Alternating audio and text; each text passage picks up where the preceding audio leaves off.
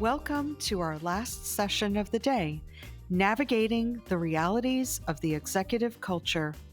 Please join us in welcoming the moderator of today's session, HACER's Executive Vice President and Chief Operating Officer, Sylvia Perez Cash.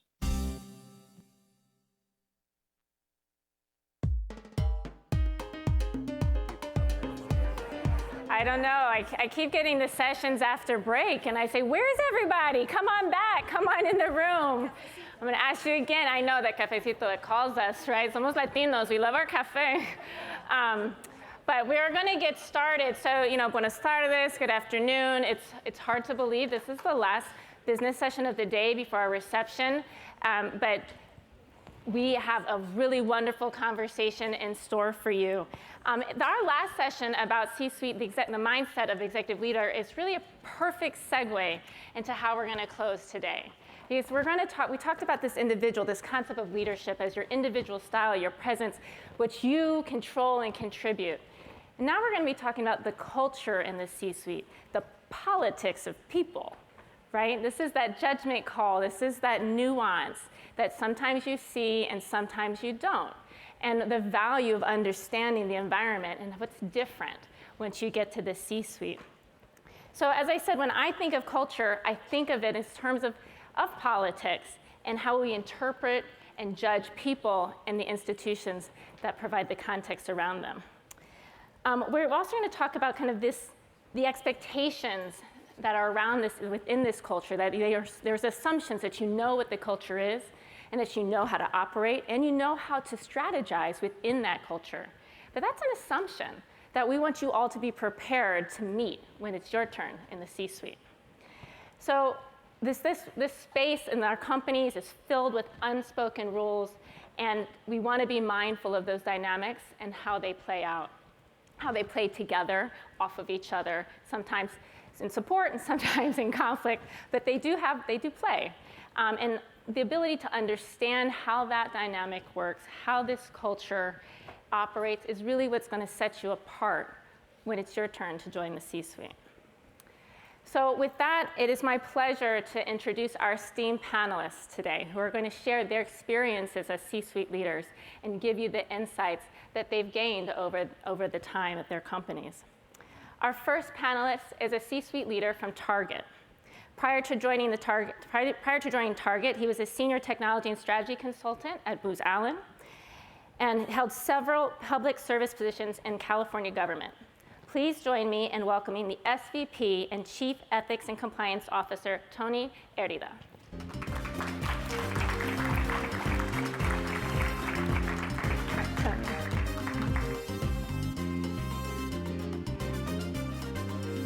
Hi, Tony. Our second panelist is responsible for more than 2,500 branches and nearly 17,000 employees through PNC's coast-to-coast footprint. He also serves as a chair for PNC's Military Advisory Council and is the executive sponsor of his company's Latino and Multicultural Employee Business Resource Group. And I feel compelled to share, he is an alumni of the HACER Young Hispanic Corporate Achievers Program. Please join me in welcoming the Executive Vice President and Head of Branch Banking at PNC Bank, Jeff Martinez.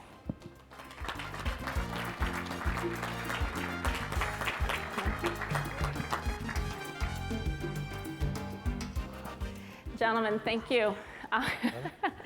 Thank you for joining us today on this really wonderful conversation. And we talked a little bit about, I want to start with this concept. We talked about individuality and leadership. This conversation is different. We're talking about culture. So could you please share with me, do you believe, this is a premise that we've made, and you can feel free to disagree. Do you believe that each company's C-suite has its own unique culture and a set of rules? And if so, feel free to elaborate. What kind of rules do you think are common or unique to either your company or companies overall? Sure. I'll kick it off. Were the lights this bright for the last panel? Because this is intense up here. Come on, Jeff. I feel like I'm tanning. So I would say yes. I think in my opinion, it's an easy yes, because what I think we sometimes overlook that whether it's a board of directors, a C-suite, your EC or operating committee, it's people. And so people bring different personalities in how they lead and how they interact with each other. And so going into knowing that even that culture will shift and evolve over time, and there's a benefit to that. There's a benefit in some of that movement as executive culture evolves, because it helps evolve with the times, it helps bring in new ideas, a new set of eyes that will view and take different strategic directions over time. Now, how do you navigate that? You know, often it's listening. Just as you would with your directs or your peers, I think a lot of times we jump to assumptions.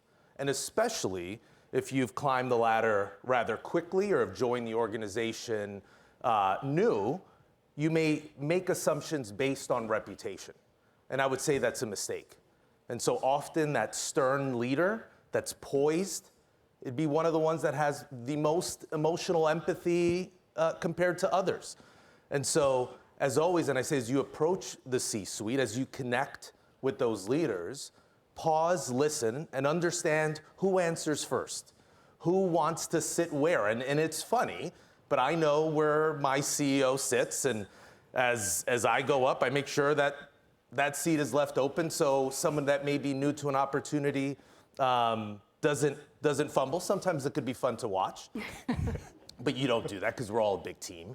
But just understanding those personalities, listening, and then putting your spin, I think often helps your seat at the table, the value that you're bringing, but then also ensuring it lands at the right time and with the right audience.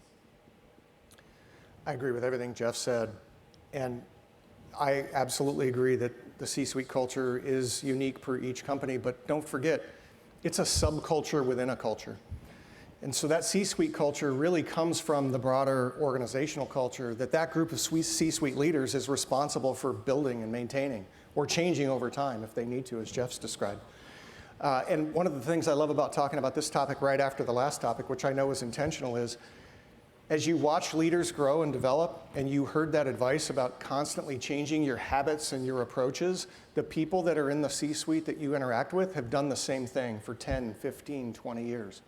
And they are where they are because they've become extremely adaptable at doing that, not by themselves, but with a collective group of leaders that they have to run a company with, that they have to build and maintain a culture around, that they have to attract and retain talent for, that they have to understand market demographics around. I mean, you name it, it's constantly going on across all of those different functions within that C-suite.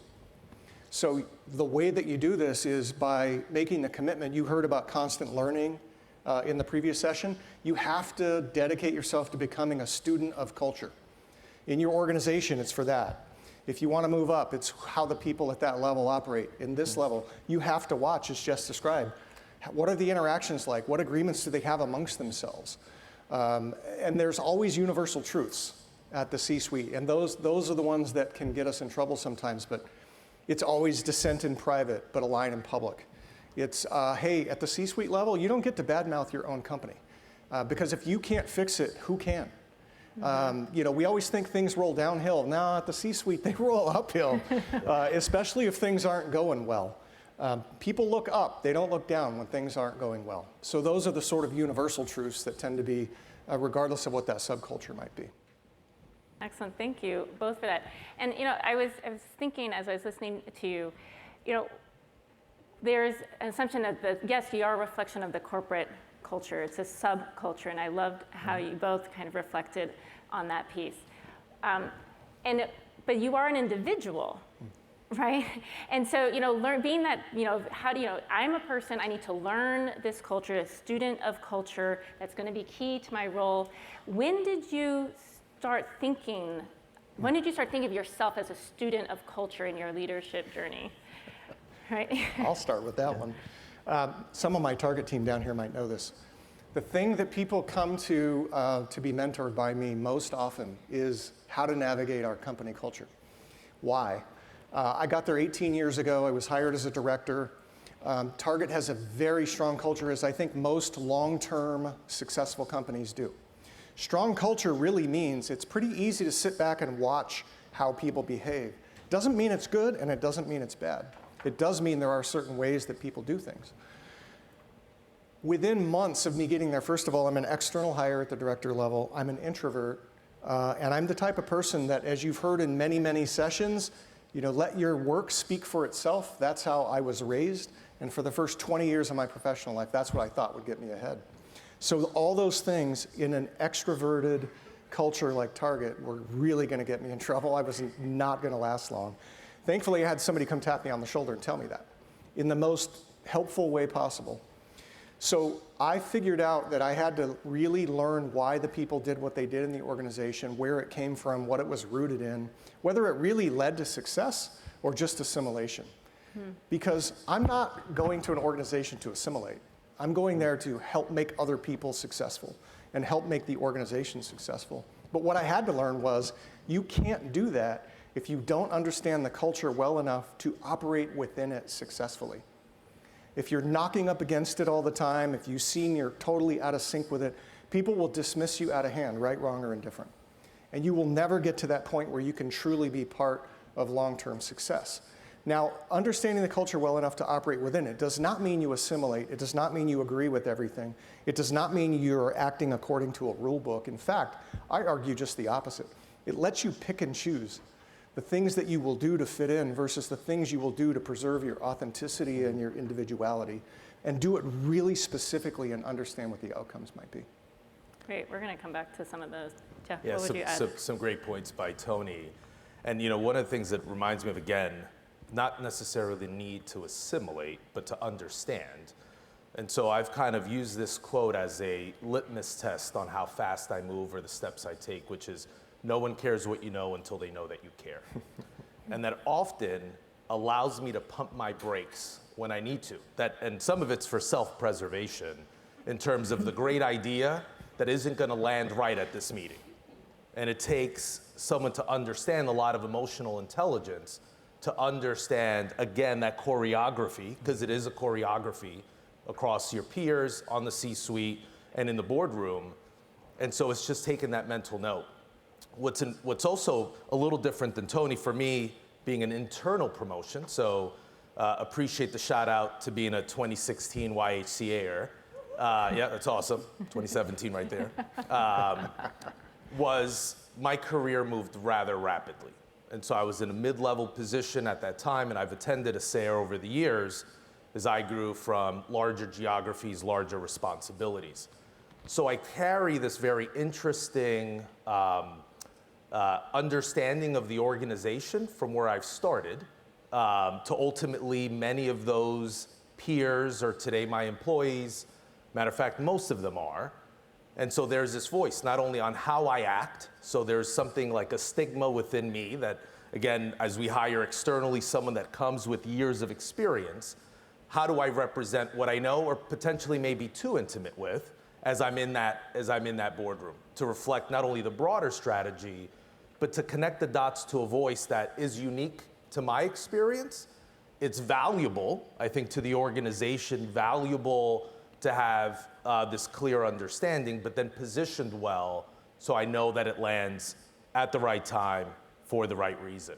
And you see it in a way that is collaborative. One last point that I'll add, for those that see themselves today in the organization that they want to hit the C-suite, that they want to grow, is don't wait until you're in that position to get to know the C-suite. And so in some of the things that were rattled off, executive sponsor for our Latino EBRG, I found ways to interact earlier on that created a comfort level in how I work and understand the expectations of me.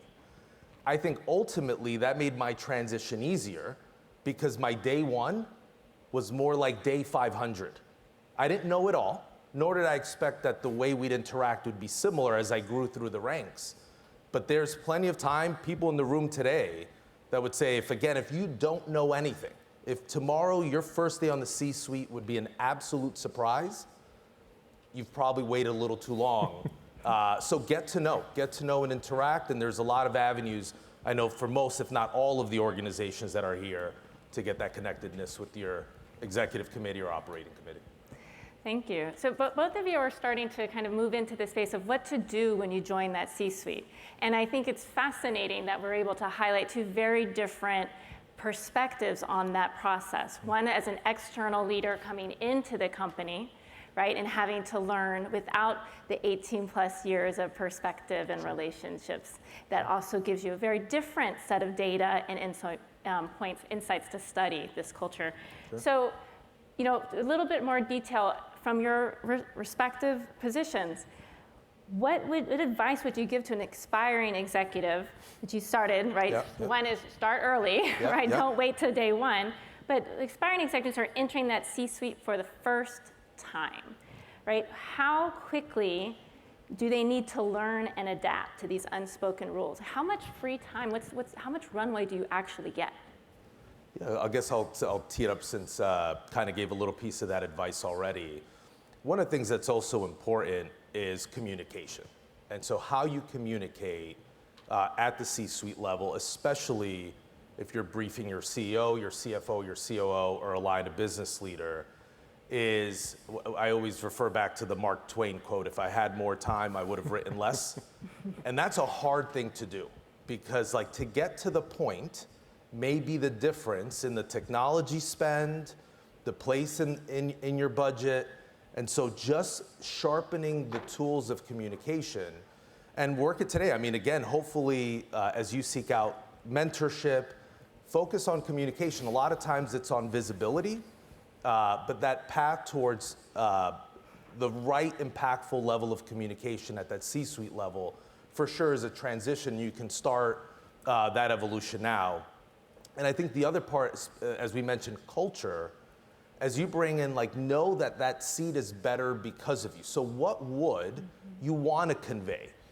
So I often think to the actual, not the hypothetical. So it's important to put yourself in those positions now. What would you present? Because the opportunity may come briefly.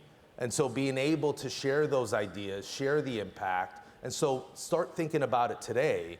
Because again, you don't know whether it's tomorrow you find yourself in a position to really capture the opportunity. Yeah.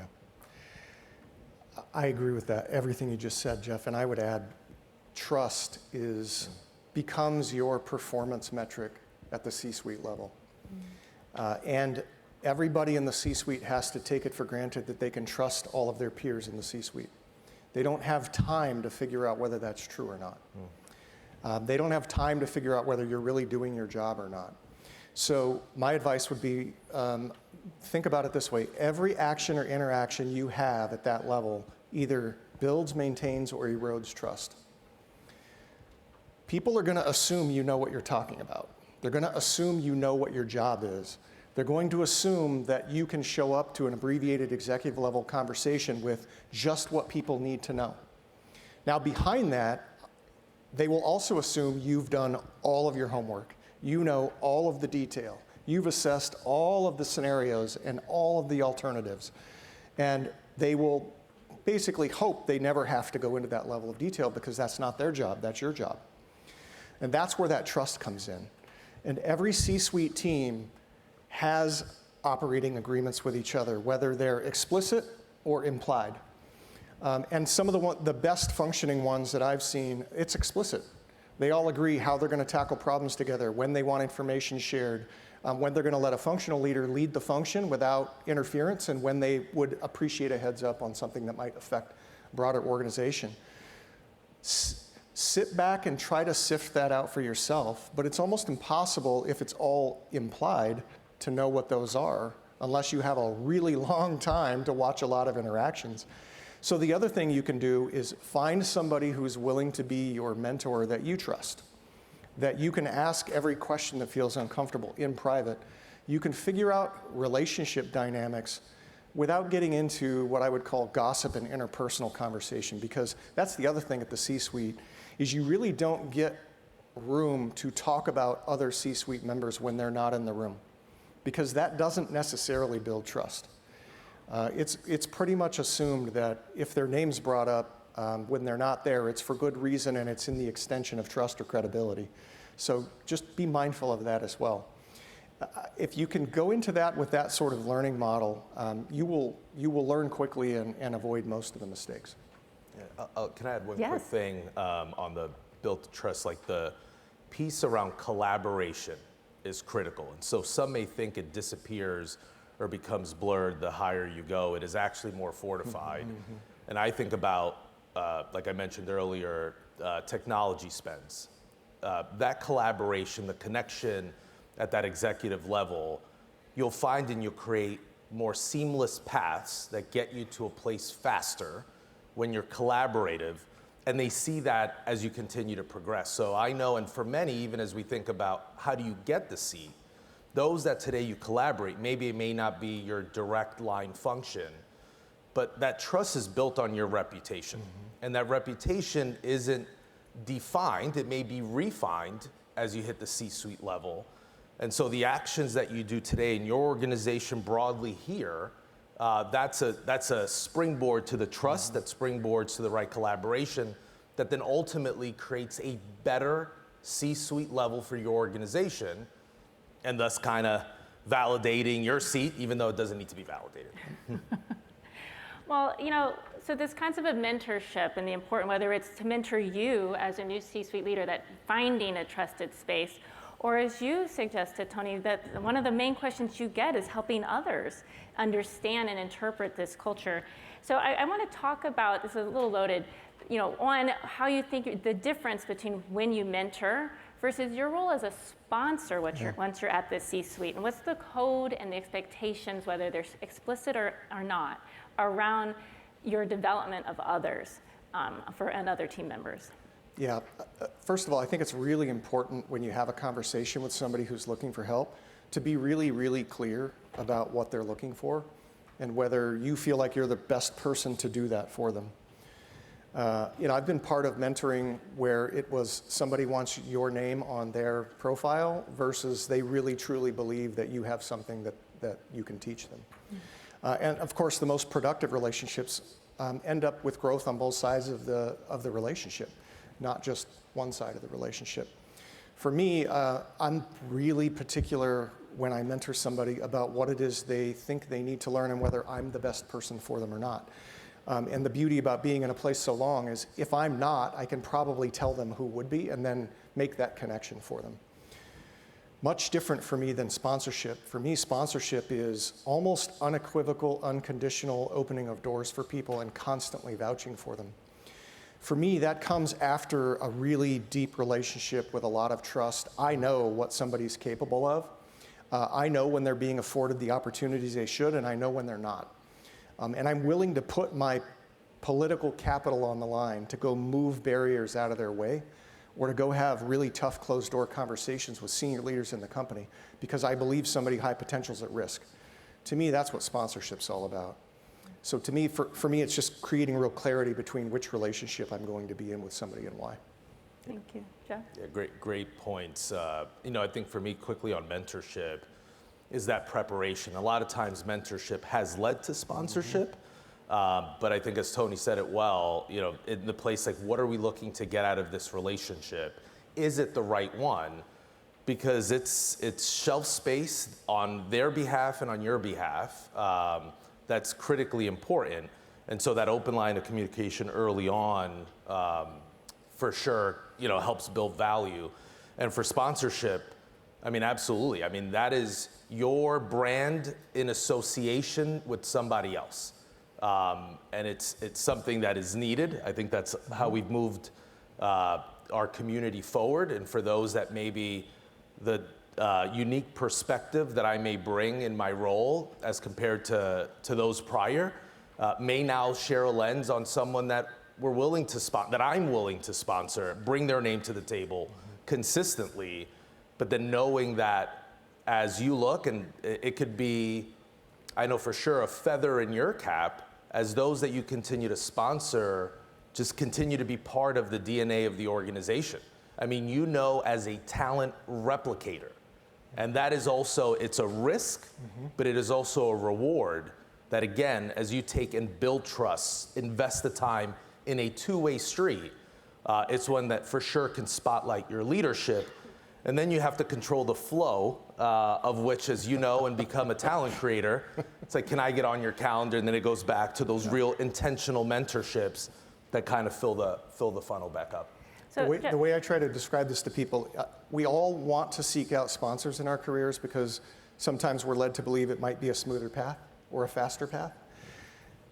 You hear jokes in mentoring relationships all the time that they do lead to breakups, especially if they're healthy. That can never be true with a sponsorship. There's too much risk involved. It has to be, you have to know, because you're going to clear every barrier possible for that person. You're always going to put your stamp on them. So I'm going to dive into this a little bit about how you achieve enough trust to know, right? This almost sounds like a marriage. Like once I adopt you as my sponsor, we're in this together for life, right? And so Jeff, I'm going to tie in at the luncheon. Almar mentioned something. He said, by the time you're pushing against that door to the C-suite, sponsorship has already happened for you. Sure. You've already, whether you know it or not, you've already caught somebody's, established trust with somebody, caught their eye. So I would love to know from your perspective, starting with you, how does somebody build the trust with you enough that you would open the door for them?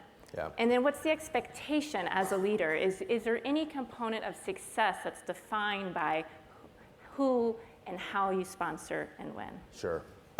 So a lot of it, and I know Sid opened up today with some of the key factors to progression, and one was visibility. So I'd be the first one to say you have to be seen. Like, I created the path to be seen, and so you have to first do that, be visible, but back to an intentional way. We all know that person that is at everything, and you're trying to get away from them, not run towards them. Don't be that person.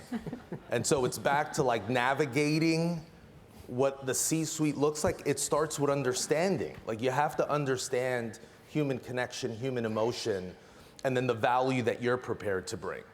So for me, as I look, and I'm constantly in dialogue throughout the organization, throughout geographies, is who's a servant leader? I have never found someone that has quickly moved or captured my attention that was saying, look at me. It's constantly, here's what, hey Jeff, I'd love to get your point because I want to make my team better. Jeff, I'd love to move this product faster because of the impact to our community. So like spotting servant leadership, and they're coming to you for your advice or your guidance to make others better, that for me usually is the first part. Over time, I'd like to see progression. That what we spoke about was an action. Hey Jeff, great feedback last time. Here's what I've done. Because you helped me do this, I've done X. Now I know we've taken someone that has a servant's heart, can execute, and take feedback well in a way that it's tangible in an outcome. Then you start piquing curiosity. That's when I get curious. What can I now then do? Is there a project I'm aware of? Is there another leader? Because sponsorship also, I'm rarely the only one putting someone's name on the table. Now, I may be the person pushing the name forward, but I'd have Tony on the other side and said, absolutely. I've worked, Jeff put me on to them 2 years ago. They've helped us do this. They've done this in my team. And so that's a big part of what a sponsorship plays. So create the visibility, be a servant leader, show that you can execute and make an impact through the feedback, and then ensure you surround yourself with a good group that aligns. Because also for me, I just need that safeguard. So I want to make sure as I trust Tony as a peer and say that he comes back like, what are you thinking? And I may be like, well, I saw this, this, and that. All right, let me give it another shot. But at the end, there may be, you know what, I kind of see what you saw. I'm probably not sold. Then I become more critical and understand. But again, through that curiosity, you go further and further down. It's not something that's done in a day, a week, a year. It really takes meaningful time and interaction. Great. And Jeff's quick to figure out. People ask me that all the time. What were you thinking? Jeff hits on a concept that is really important to understand over time. You're all sitting here, I imagine, because you're aspirational. And you've already had success in your career. And yet, culturally, we're sometimes taught to hide our aspiration. Jeff uses the term servant leadership. Think about it this way. There is such a thing as selfless aspiration. And what that means is you aspire to more, but not because it's always about you. but because you believe that as you gain more responsibility, more authority, you can do more good. You can help more people. You can pull more people up behind you. That is what I look for in people. Because performance matters more than everything, but if it isn't character-driven performance, it won't matter. If it isn't culturally grounded, as we talked about at the beginning, it won't matter. So I look for somebody who understands and demonstrates the concept of selfless aspiration. They won't know what that is at the time. And that they can embody the organizational values, culture, et cetera, without becoming a mouthpiece to repeat whatever they've seen on the vision wall or they've heard an HR person talk about. It's just who they are and how they interact with people. Those are the two most important things that I look for. And then after that, you go ask people, especially if you don't work with them directly. Because oftentimes they don't know what other people think of them. A lot of cultures make it really difficult to get direct, candid feedback versus what they think you want to hear. So that will be the third thing that I would do with somebody is go find out what people really think about them and then try to figure out which perceptions are in line with what they think it should be, which ones aren't, and how, more importantly, how they can overcome the things they want to change. I think you both are tapping into something, this concept of, selfless aspiration or a servant leader, but that it has to be something that's true to the individual. Yeah. It's not something, that is not something that you want, it's not a skin that you put on and it take off when you go home, right? It has to ring true when that individual shows up. And it's this concept of authenticity, which we speak to a lot, right? I mean, it's just critical to leadership at any level. But I really want to speak to it in the context of the C-suite. And in this space where you have a corporate culture that you have to understand, you have to be able to adapt to, you have to be able to see and read and adapt to, whether it's to change or to assimilate, you get to choose, as you guys have indicated, but you have to see it. What is the role that authenticity plays in your ability to do that when you're entering these spaces, and how important is your authentic leadership when you show up as a C-suite leader in these cultures? Yeah, I'll start, Jeff. That's great. Perfect. I've worked for 3 different CEOs and leadership teams in the same company over the last 18 years. I would say today, as we sit here in the C-suite, being able to be authentically who you are has never been more important. But it has to come through the connection that you have with the organization's purpose, its values. I argue if your values aren't aligned with that organization's values, you either wouldn't have gotten there or you won't be there long. Because today our organizations they're too wide open. It's too transparent for people to put on a different personality when they come to work versus who they really are outside of work. And admittedly, I will tell you, I was like that 10 years ago. My coded bio, my first 13 years in life, I was a police officer. And so I learned to compartmentalize everything in my life. I also learned to never talk about work. and that wasn't, I had not left that part of my life behind, even by the time I joined Target 5, 6, 7 years later. The first 10 years I was at Target, people would still tell you, I was very standoffish. I compartmentalized everything. I only wanted to talk about work.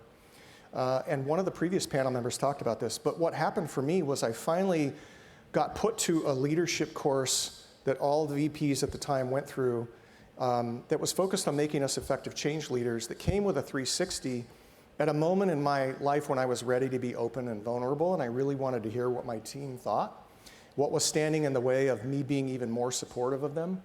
And over again, it was the same thing I'd heard for the past 10 years. It was, you're too standoffish, you're intimidating, you don't talk about anything except work.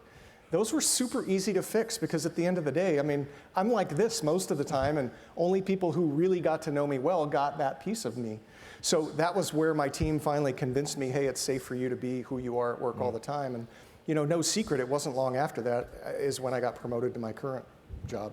So I do think those things are all related, which is why I'm so convicted that C-suite leaders who can't be authentic and aligned with the company at the same time aren't going to be very effective, and they won't be there very long.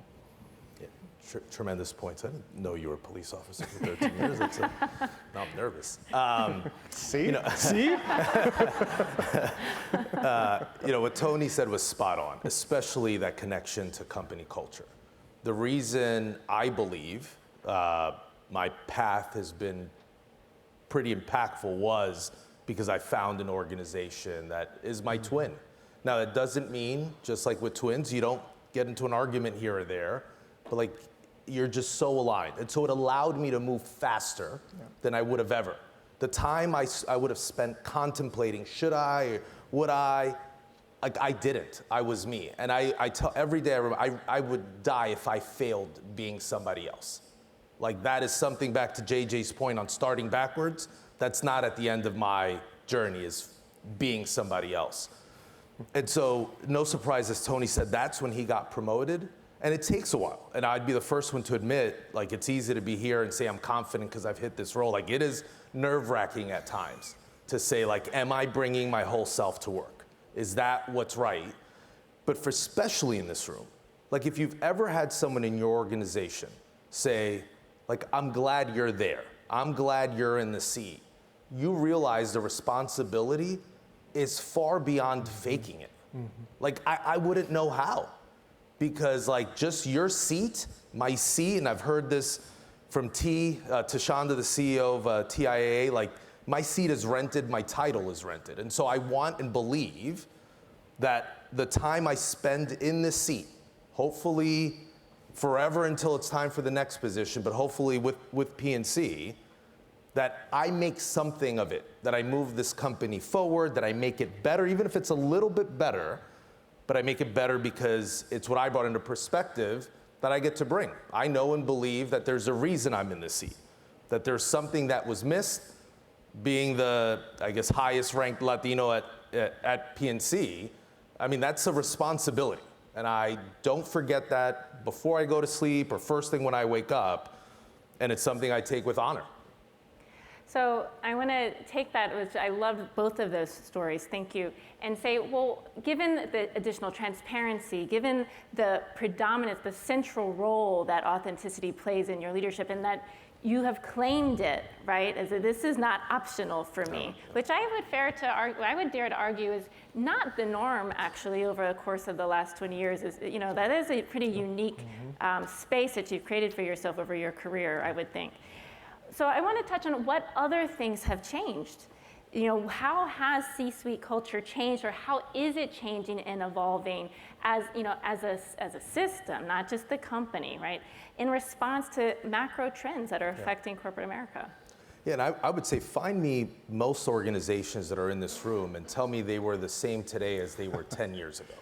Like, whose company's been stagnant for 10 years and is still in business? Yeah, no one. So there's a natural growth and evolution that happens. For me, fortunate one, we acquired BBVA USA 2 years ago, which added about 9,000 predominantly Latino, Hispanic employees, which was awesome. Like, that was, we won the lottery, and there was a strategic reason why that was. So even that caused a shift in the culture for the better, a shift in leadership.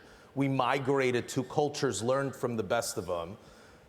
And so you're always, so not even just what's happening out there, just what's happening within your own organization, whether it's a new brand, a new product, a new geography, you yourself, it's hard to stay stagnant. And you wouldn't want to, and should be a red flag. In terms of kind of the macro environment, like, we think of remote work or office work. That's a constant evolution. And so we want to be, and as I sit, and I'd say predominantly my team, since they're in a bank branch for the most part, you're gonna see them. They don't have a remote option. And even juggling that, as I try to create through technology pathways to be untethered, so there's more flexibility. But a lot of those employees, as I look, and they work from home, and that's great. And I'd mentioned, I forgot I was talking to, we used to call it return to work, but then we realized everyone's been working, so it's not return to work, it's like return to the office. And like, even culturally for us, what I fear for those employees, and our CEO says it often, like, this is an apprenticeship business. Most of our businesses in this room, you learn through apprenticeship. I hear my boss have a great conversation with a client, with an employee, and I leave enriched knowing how to do that. That is harder to do from home. And so it's also educating, creating flexibility, but creating a path that understands, that says there are some things you're going to miss. And so how do you create an environment where you can still learn from those in the office, learn on calls, learn with clients, learn with teams, through this balance of remote and in person? I mean, we think of AI. I mean, it's been a big topic throughout today. I think of automation.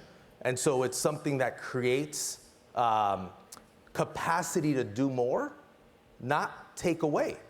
Now, as we've heard, that obviously would mean a shift in roles, but for those that today I see impacted, it's educating them to say that the path after automation, the path after AI, is a more human touch than we've ever had.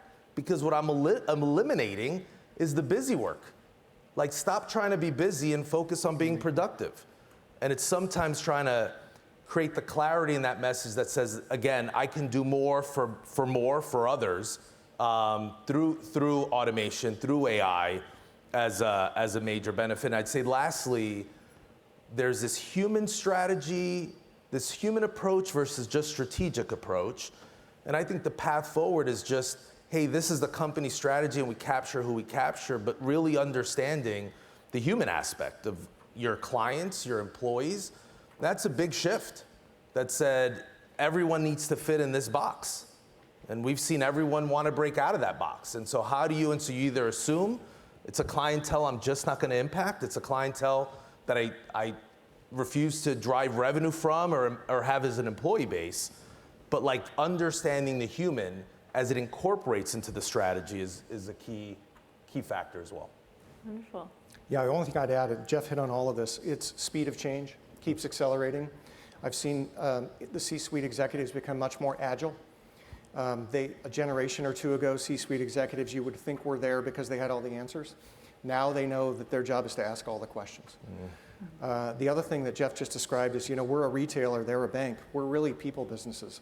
Right. And C-suite leaders today really fundamentally understand that if your business relies on service or person-to-person connection, then your business really is all about your team and the way that they extend what you want, your purpose, your brand, your value to be to the people that choose to interact with you in commerce. And those were all, I think, fairly recent in the last decade, big evolutions in the C-suite. Wonderful. I'm just going to remind the audience that we will have Q&A as well in a couple of minutes, so start prepping your questions. I know there's a ton out there, so get ready. Mostly all for Tony. Right. So I'm going to switch a little bit and ask you about your relationship with the board. As C-suite members and the culture of leadership at that level, what are the expectations about how you do and do not interact with the board? And what are some of the sensitivities around that you have to manage? Yeah, I can start. Those relationships, just like your work relationships, they develop over time, but they're on completely different sort of sets of rules or boundaries. First of all, you don't see the board as often as you see your work colleagues. Second, if you were here in the morning, you got a tidbit of this. The board is there to hold the management team accountable for the performance of the organization, specific to the shareholders if it's a publicly traded company. So you have to recognize that they have specific legal and fiduciary obligations. The best thing you can do to build a relationship with your board is to understand what their job really is and to proactively bring to them, communicate with them, or position issues with them that make them confident they are exercising their legal and fiduciary responsibilities. Because that's how you build trust with those board members. If they know you're not going to shy away from a tough topic, if they know they don't have to read about something in the press before you bring it to them, if they know that you're going to answer a question they have before they even ask it because you've spent time watching how they interact with other management members at the company, it's going to build trust. At the same time, they have an obligation to make sure that the organization has the right talent, that they have a pipeline. They're personally interested in and investing in the C-suite talent and the pipeline to the C-suite in the organization. So it's not always this guarded exchange where you're fulfilling management obligations and they're fulfilling fiduciary duties. They really do want to get to know you as human beings. They're interested in who you are, what your background is, how you think, what you want to do with your career. And they're really interested if you're helping them build a pipeline because they want to know the talent creators and replicators, just like anywhere else, because many times they have more than one board that they serve on as well. Yeah. So definitely, as you mentioned, serve in most cases on multiple boards. And so for me, it's trying to ensure that they're connected to the story that you'll paint throughout the year, obviously during the board of directors meeting, but they see that show up. And again, for us, a lot of them are our clients or know someone who's a client. So I would say they are closely connected to our story, as I may get a commendation letter about one of our employees or not so a great experience. And so helping them understand, because I know they interact. They interact with our brand, they interact with the narrative down to the retail bank and the brand that it causes. And so a lot of it is, again, understanding what they're there for. It is your conscious, like it's constantly, here's where I want to continue to move the mile marker and get some of the best questions around it that are 99% of the time people-centric around, do we have the right talent to drive there? Is the technology ready to get us there? And is the client base ready? And so again, just making sure that the story you paint on a quarter-to-quarter basis is matched with progress, visibility, candor, and again, as you connect them to the human aspect, which I try through a lot of our EBRG programs, humanize what is often a large organization. And so that adds a lot of value to the board. I mean, we're 65,000 employees, target's 450,000. That's hard work to, at the end of the day, paint this concise, clear, and progressive story to a board that ultimately needs to be critical of that story as you think legacy. They're there to build not quarter to quarter, not that just in 90 days I'll post record profits, but that it's a sustainable, ethical business for years and years to come through the right talent that'll get us there. I love it. And I'm going to open it up because I just feel like that is ripe, for you to dive into. So we have time for questions. So who would like to jump in? Hi, Jeff, Tony. Aris Morales, JP Morgan Chase. Awesome. So I just got to say, what an inspiration. The level of intelligence, the level of polish, awesome. So It's all Jeff. Promoted. So if I may, I have a question for each of you. So for Tony, you talked about when somebody comes into your office, they should be clear on what they want from you, whether it's a mentorship or a sponsorship. What kind of guidance do you give people? Do they just literally walk into your office and say, hi, I'm looking for a sponsor. Would you help me or would you connect me with somebody? So that's my question for you, Tony. For you, Jeff, I saw all JP Morgan Chase on your resume. Yeah. And I got to say, 6 years, you were here as a junior program and now you're sitting there, amazing. Thank you. So what changed? Was it internal? In terms of your journey, that you opened up a door inside and it just catapulted you all the way up? Sure. Was it external? Somebody with power noticed you, became your sponsor and took you there? Yeah. Or was it a combination? Hopefully that wasn't too much. That's good. Want to go first? Sure. Okay, so the hard truth of this is when somebody comes and asks me one of these questions, unfortunately, they probably don't know it, but they get subjected to this 60-minute sort of interview. I really want to know everything about them, how they got to me, what they think they're looking for, what motivates them, who they really are as a human being. And to be honest, I'm doing that because if I don't understand deeply where this person is in life, what they think they want out of it, why, what motivates them, whether they've spent enough time truly thinking about it, it's really hard for me to help somebody to the level where I feel like I'm actually helping them. I can ask I can answer questions, but that typically sometimes doesn't feel like help to me. It's probably more about me than them, but I really feel like I have to be invested in somebody. And at the end of that conversation, one of two or three things is going to happen. I'm going to say, okay, this is a match made in heaven. Here's where we're going to go from here. I'm going to say, I don't think you really need or want what you're asking me for, and here's why.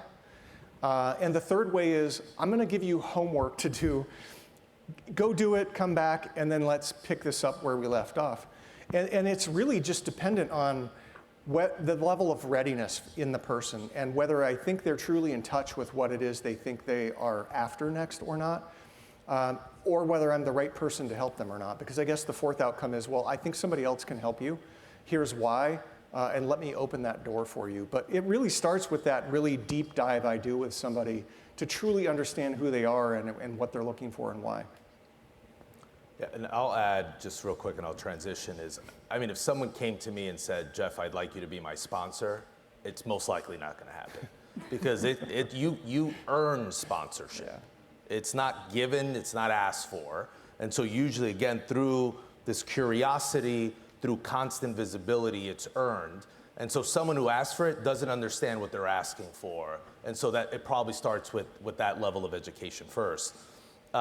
In my transition, so I spent 11 years at JP Morgan, really enjoyed my time. I moved over laterally to PNC, so had a track record of experience in a similar role. And frankly, it was, for those who have parents and, well, everyone has parents, but it was weird. Anyway, for those that constantly get advice from your parents, my dad nearly had a heart attack when I said I was leaving JP Morgan Chase to go to PNC because I made it, right? Like at that level, he thought I was absolutely insane. And so when I made the move, and just like in every transition, the first couple months could be a little choppy, that like insanity of leaving reminded me, why did I leave to begin with? And so I sought that one major career change outside of, I spent 9 years in the Army, like I knew I had to be there with purpose. I had to cause, and a lot of it came back from servant leadership. I realized there wasn't a career mobility event. I was in service of a large geography to get people to be visible, to most likely a diverse pool that didn't have that visibility. And I just always say, when you're trying to do for others, somehow the spotlight ends on you. And that's not the purpose, because it has to come from the heart, but just doing constantly for others. I'm the one who knocks on your door like, what can I do for you? Like, hey, but you're not even in the right department. Who cares? Let's figure out ways to collaborate. And like people start speaking your name, and soon like, hey, I heard like you get things done, or you help solve, or you're great to, collaborate. Like, so just being out there, knowing with intentionality every single day what you're trying to cause. I just want to point out that right there that Jeff just described is irreplaceable brand opportunity without you knowing it. So I don't often share internal information, but not long ago, my CEO asked me, Tony, why are you always smiling every time I talk to you? And I said, because I love my job. He said, well, it's compliance, right? What is it that you love? He didn't say that part, that was me.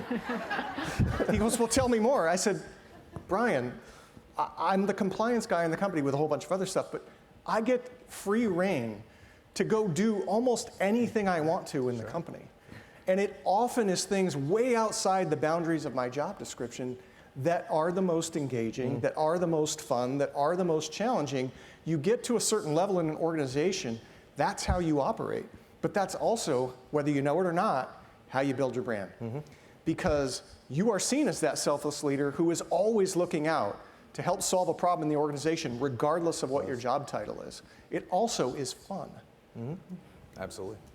I want that as a quote. Compliance is fun. Okay. We have a next question. Hi, Chi Yoon from Comcast. I have the pleasure of stewarding the customer and prospect comms for our brands under the Xfinity brand. One of the things that is truly important to us is DE&I, and I know this is a hot topic. I'm curious, from your positions, what are the kinds of things that you have done to affect equity positively for your teams? You want to start? Go ahead. Yep. So a lot of it's working in tandem. So again, I think mentioned organizations about 17, 18,000, my personal organization. And so what we've started to do specific to equity is we've always had development programs. ASED in itself, PNC has 2 YHCAers in another room, hopefully doing great things. But like what we've done is look at what's been our executive education, middle level education, and entry level development, and made sure intentionally to make it equitable. And so that does mean I will give 2 more seats to Latino leaders, African American leaders, women, Asian Americans, in a way to create equity. And so it's the way in how you explain it broadly and understand what it then causes and the value of diverse perspectives that I think once people see it and they understand it, and you want to make sure the team overall understands, because if I'm a white male, I may feel like, hey, do I still have the right opportunity? And I always say, be visible, be a servant leader, find your, and it doesn't matter what you are. Top talent, best talent, high potential talent will always have a seat at the table. But if we don't draw a line in the sand and say, we have some catching up to do, it's just gonna perpetuate over time. So it has to be thoughtful, rightful, and again, that's where we get a lot of the support from our board, and I'm fortunate to have, our board is about 43% women, a third people of color, so it's a very diverse Fortune 200 board. And so a lot of that is known within our culture. It's accepted, it continues to help us thrive. Many of the same things Jeff described. I'll go beyond companies. So Target's had some pretty aggressive and transparent diversity goals for quite a while. Internally, that also is measured in equity measurements. And we have goals every year for representation by diverse population based on US population, because as a nationwide retailer, just like a nationwide banker, we want to be representative of the people that shop in our stores. So how can we say we are if we aren't measuring our progress towards it internally? At all levels, by the way. And most recently, you asked, what did you do? Well, I'll answer what I did. I was recently the executive sponsor of our Legal Affairs Diversity Action Council. So in our company, we have company-wide goals, we have ERG groups, and we have department-specific diversity action councils. The reason I did that was because in a group that is somewhat predominantly lawyers, there wasn't a lot of progress, not enough progress being made against our diverse representation goals. Two challenges. Number one, turnover was very low. People like to come work at Target and stay at Target. That can create a challenge when you want to increase representation, but you don't increase positions over time. Number two, this sort of belief or this narrative that in compliance or legal or similar job functions, there isn't a diverse pipeline. I just kept hearing it too much, and I said, that's nonsense. I said something else. But, and so I'm going to set out to prove you all wrong. And I became a pretty vocal proponent of having the leaders in that group, so 8 or so VPs and above, follow a playbook that we piloted and then made non-optional with my boss's blessing for a year, and still tell me that the pipeline didn't exist. And that playbook included internal and external posting for a minimum number of days. It included a diverse interview team from outside your own group. It included not going to final interviews without a diverse candidate pool. It included your next level leaders signing off on all hires. It included going 2 levels above if you were going to hire somebody after not having a diverse candidate pool at the finalist selection. What do you think happened in the next 18 months? Not only did we meet, we exceeded all of our diverse representation goals. And yes, you have to be mindful that it is about equity. So I was also constantly reminding the team, we should be opening to listening to our white or non-diverse colleagues expressing concerns about being squeezed out or left behind. This isn't affirmative action. It is equitable hiring, retention, promotion. And the data will tell you that we weren't promoting or hiring people at the same rate they exist in the population, so how can we say that we were over-skewing, for one diverse population over another? And slowly but surely, the resistance went away, the belief that the pipeline didn't exist went away, and I mean, our pyramid now kind of sets the role model, at least in our office-based functions, for how you can move the needle if you are having a hard time finding diverse talent. So we have time for one quick question, and I'm going to copy my colleague in one quick answer. Okay. Right, sure. Hi, I'm Stephanie, and I work at BASF. I'm interested to learn, in your experience, how did you make decisions in a large meeting with people with hidden agendas? All right, that's a great last question. All right, That doesn't happen at your company, does it? Oh, come on, it would never. Here's been my personal piece of advice for meetings overall, that I learned this earlier on. Decisions are already made by the time you get to the meeting. And so, and I don't want to call it politics, but it's kind of the woo, winning others over, that you never want to be the one floating an idea, as you wouldn't want to throw and sponsor someone without knowing that for yourself, you've vetted it with trusted peers, but that also co-sign the movement. Also, if there is a disagreement, the one thing you could do to fracture trust at that level is try to sort things out at that meeting. Like, it takes time afterwards, strategically, it says, hey, why don't we take this one offline? I think I have a differing opinion. We'll circle back and come to a resolution. So the meeting, in my opinion, is symbolic of the synergies in the organization, the collaborative work within the executive team or across any team that ultimately just validates and vets, maybe across one or two that weren't in that meeting, that says we're all aligned. For me, it's an alignment, not a decision-making time. Now, granted, some of those, as we talked around things of an emergency case, and those are done, you know, emergencies are exactly what they are, but like that collaborative work prior, on and off the court, that off the court means a lot. I agree. The only thing I would add is that relationship building that you're always engaged in with your colleagues leads you to understand where people are on the fence and who might actually have a different point of view. It's up to you to go seek them out before that decision-making moment and really, really understand where they're coming from and why. Because one of the mistakes I made early on is if you don't put yourself in somebody else's shoes and truly make an effort to understand their perspective and why, you have no business trying to win them over. Right. And that will come with time, and that's how that trust gets built up over time. Because in those rare instances where you haven't had pre-conversations, there haven't been a lot of things leading up to this, but we do have to make a decision in the moment. Two things have to happen.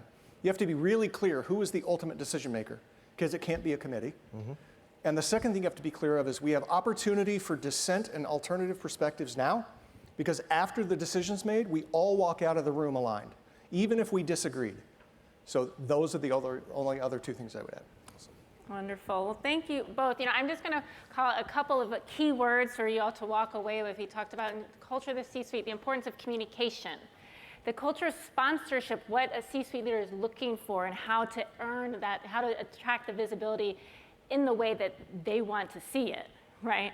Not the person you run away from at the meeting. We talked about trust, and that's come up a couple of times, and I really want to underline that concept. How you build trust is a part of your brand, and that brand is going to go with you as you build your career all the way to and through the C-suite. That's just really, it's a really important piece that you guys highlighted on today. And there's so much more. So I know these gentlemen are around. Please don't be shy, right? But on behalf of us here, thank you so much for your thoughts today. Can we have a round of applause? Thank